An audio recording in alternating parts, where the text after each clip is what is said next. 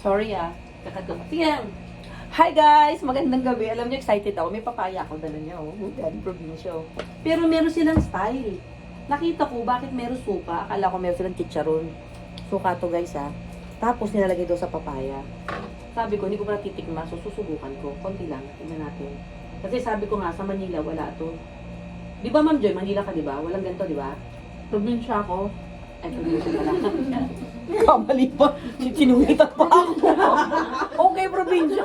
Ano, Manila eh. Walang nakatanggol sa akin. Magtanggolin niyo ako. Probinsya ako. Guys, ang papaya, hindi namin nalagyan ng suka. Very strange. Very strange talaga ang pakiramdam ko. Parang ko, ha?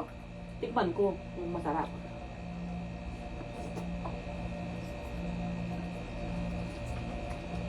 Perfect.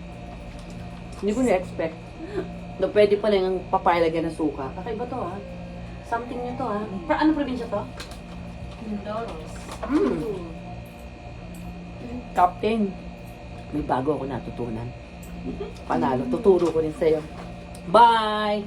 Hello naman, Manilenyang suplada. Inupladahan na ako.